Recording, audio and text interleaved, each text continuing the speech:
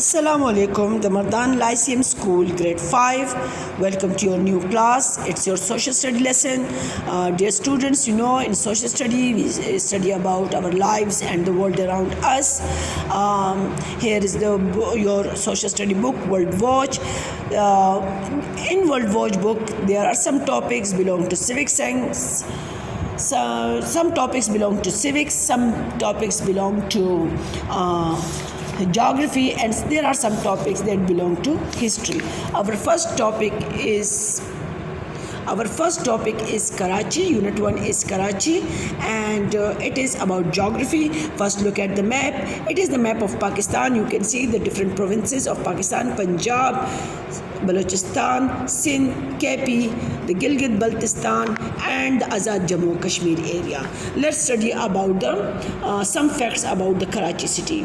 Interesting facts about Karachi. It is the largest city of Pakistan, main seaport of Pakistan, because Sindh is located here near Arabian Sea. So it is there is an important seaport in Pakistan, in Karachi. It is the capital city of Sindh province and one of the world's largest cities. Main center of banking, industry and trade in Pakistan. Was the capital of Pakistan until 1960, when Islamabad was created as a new capital city. It is called the City of Lights due to its liveliness. People who live in the city known as Karachians. Now come to page 3. Let's read about its location. Karachi is in the south of Pakistan on the coast of the Arabian Sea. The land in the area is mainly flat, but there are some hills in the western and northern parts of the city. Two rivers flow through Karachi, the river Malir and the river Liari. Karachi harbour is in a sheltered bay in the southwest of the city. It is protected from storms by Sandspit Beach, Manola Island, and Oyster Rocks. There are dense mangrove forests and creeks in the southeast in the Indus River Delta. The coast of Karachi. Let's read about the coast of Karachi. The Karachi coast has low rocky cliffs and sandy beaches. Sea caves and arches are common. Cliffs, caves and arches are formed by the erosion of the sea. Erosion means wearing away of the land by the seawater. Okay, now students, there are many new words for you. You can see this. Now let's search for them in the search its meaning in the glossary. Okay, at the end of the book you can see the glossary, and here are the definitions of all the new words are written here.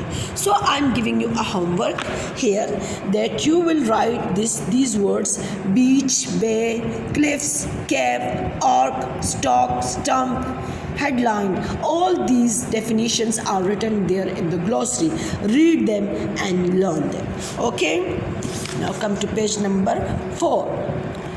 Okay, in page 4 you can see there is a big picture. It is the picture of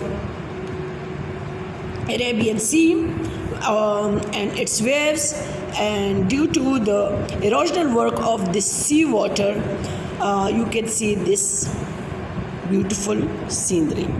Now let's read. When waves crash against the land, they erode the rocks over a long period of time. This forms a steep landform called a cliff. If there is a weak part at the bottom of a cliff, the waves erode this area more likely, forming a hole or a cave. A headland is land that just out into the sea. Sometimes caves form on both sides. Sometimes caves form on both sides of the headland. Each cave is eaten away by the waves, and a hole forms all the way through the headlands. This is called an arc. Over time, the thin strip of land above the arc is worn away by rain and wind. It falls into the sea. The bit of land left in the sea is called a stack. There is a stack and Paradise Point in Karachi. A bay is a sheltered coastal inlet. It has land on three sides. Karachi is in a bay. Now come to page number 4 exercise that complete these in your notebook. Draw your coastline diagram. Include all of the following features: beach, cliff, headland, caves, arc, and stack, and label the diagram. But I'm giving you one more homework, and that you will learn the definitions of these words. You can learn these definitions from the glossary. Okay, it's enough for today. Thank you. Allah Hafiz.